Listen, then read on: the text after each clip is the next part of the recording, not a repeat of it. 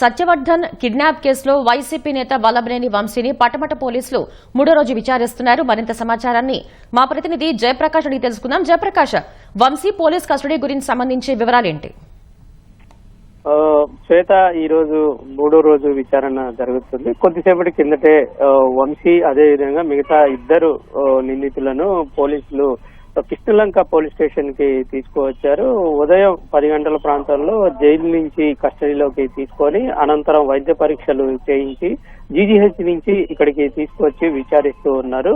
సాయంత్రం 5 గంటల వరకు ఈ విచారణ కొనసాగుతుంది. ఇందులో ప్రధానంగా ముగ్గురు ఏసీపీల ఆధ్వర్యంలో ఈ విచారణ జరుగుతుంది. ఎస్సీ ఎస్టీ కేసులు, కిడ్నాప్ కేసు ఇవన్నీ ఉన్న నేపథ్యంలో ఏసీపీ స్థాయి అధికారి దీనికి ఐఓగా ఉన్న క్రమంలోనే ముగ్గురు ఏసీపీల ఆధ్వర్యంలో జరుగుతుంది. A1 గా ఉన్నటువంటి వంశీని విచారణాధికారిగా ఉన్నటువంటి ACP Damodar, central zone ACP Damodar విచారణ చేపడుతూ ఉన్నారు. నిన్న మొదటి రోజు ప్రశ్నలకు సమాధానాలు సరిగా రానప్పటికీ నిన్న కొన్ని కీలకమైన ప్రశ్నలు కొంతమేర సమాధానం వచ్చినట్టు మనకి తెలుస్తోంది.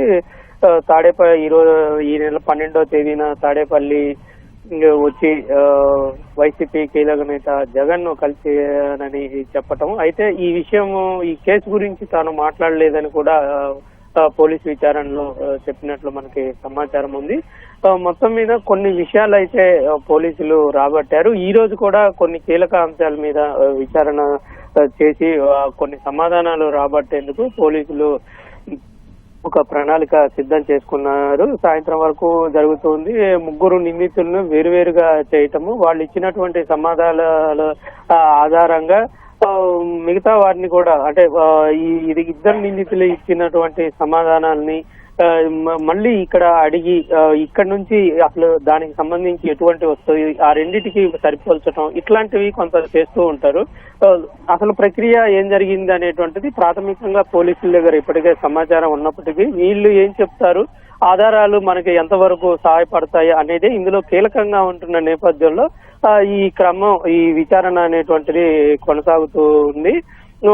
నిన్న మొన్న 3:30 గంటల వరకు విచారణ కొనసాగటం, ఆ తర్వాత జీజీహెచ్ కి తీసుకువెళ్లటం, అక్కడి నుంచి జైలుకి తీసుకువెళ్లారు. ఈ రోజు కోర్టులో కూడా ప్రవేశపెట్టే అవకాశం ఉంది. అది నేరుగా ప్రవేశపెడతారా లేదంటే జైలుకి తీసుకువెళ్లిన తర్వాత వర్చువల్ ద్వారా ప్రవేశపెడతారా అనేటువంటి పోలీసులు ఇంకా దీని మీద స్పష్టత అయితే ఇవ్వలేదు.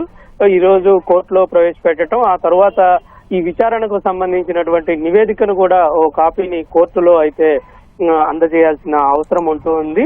ఆ తర్వాతే జైలుకి తీసుకెళ్లే అవకాశాలు అయితే ఎక్కువ కనబడుతున్నాయి. శ్వేత, ధన్యవాదాలు జయప్రకాష్.